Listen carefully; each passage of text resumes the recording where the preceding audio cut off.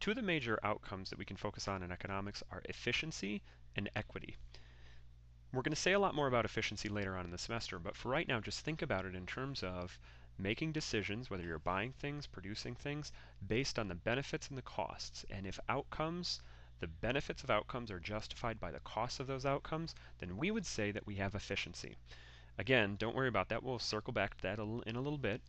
But right here, we want to focus on equity. Equity has to do with who gets what, and whether or not there is an equal distribution of stuff. We can throw some terminology out there. If we have an equitable distribution, then the distribution of outcomes, whether that be consumption or production or whatever it is we're focusing on, equity, the equitable outcomes mean everyone gets equals. So we can think about some different ways to measure equity.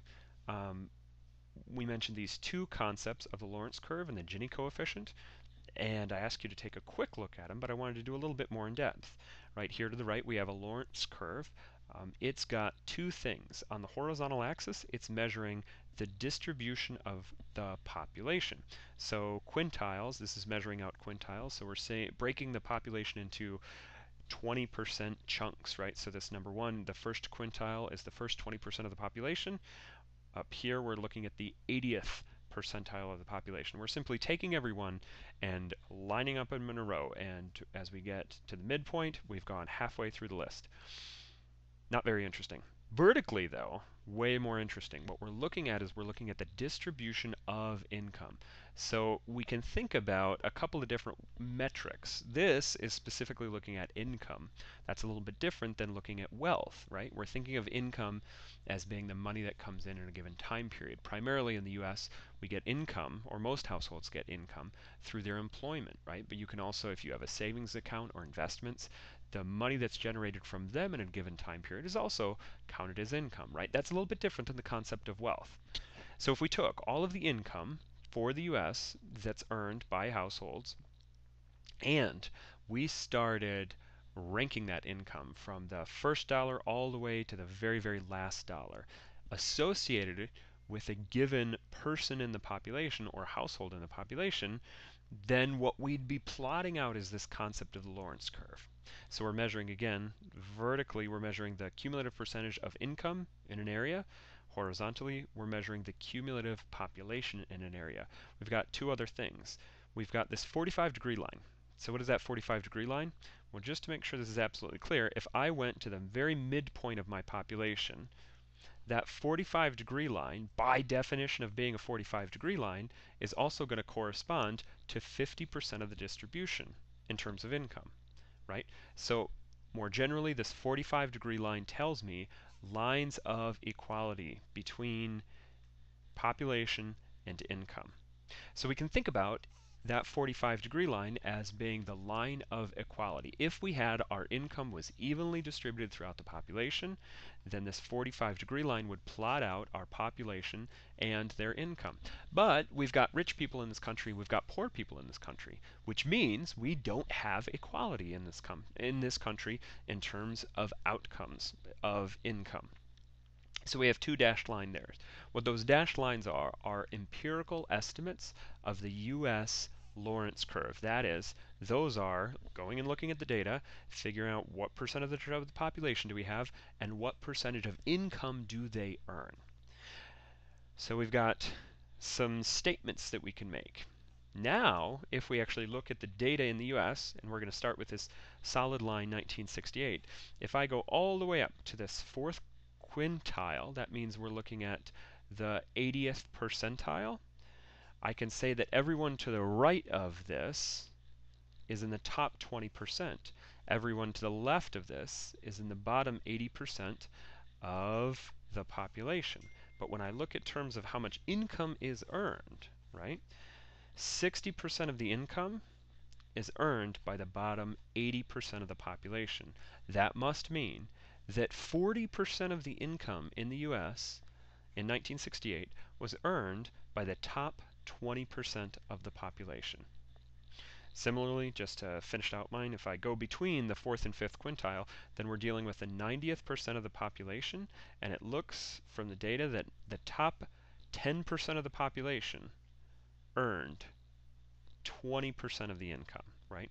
because we're saying that the bottom 90% earned 80% of the income, it must be that the top 10% of the population earned the 20% of the population. So it means that top earners disproportionately earned income, right? The Lorentz curve spells out the relationship between the cumulative population and the cumulative income. What we have here is we've got two different years though, right? We've got 1968 and then we also have 1992. So we can compare how has the inequality changed through time. And it looks like in 1992 that this line, this Lorentz curve, is more bowed out. What does that mean?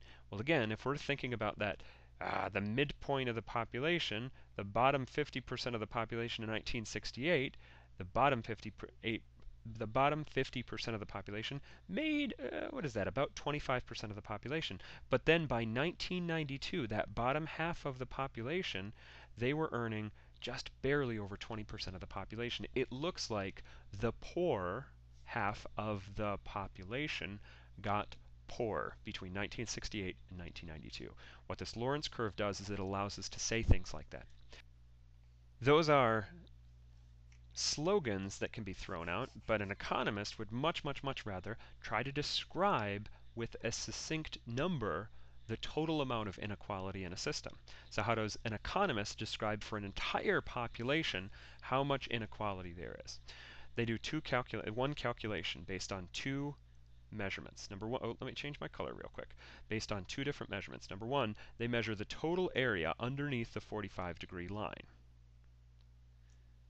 And then they compare that to the area between the 45-degree line and the Lorentz curve. I'm trying to draw this as best as I can.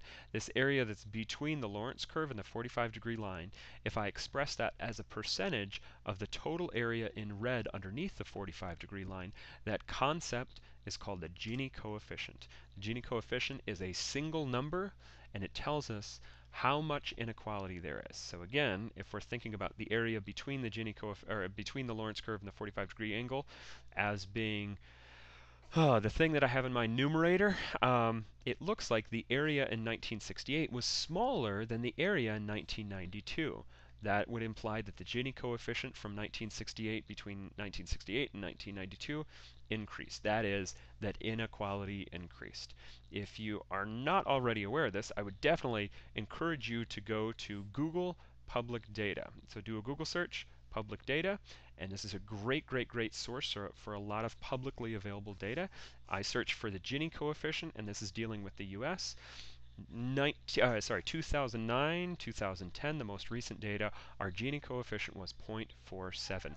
That number itself doesn't mean a whole lot, but the way that we can interpret it is by looking at a historical trend. We can say that since 1968, the Gini coefficient has increased. That must mean that inequality has increased. We could also do a cross-country comparison where we could compare one country's Gini coefficient to other countries' Gini coefficient and say which are more unequal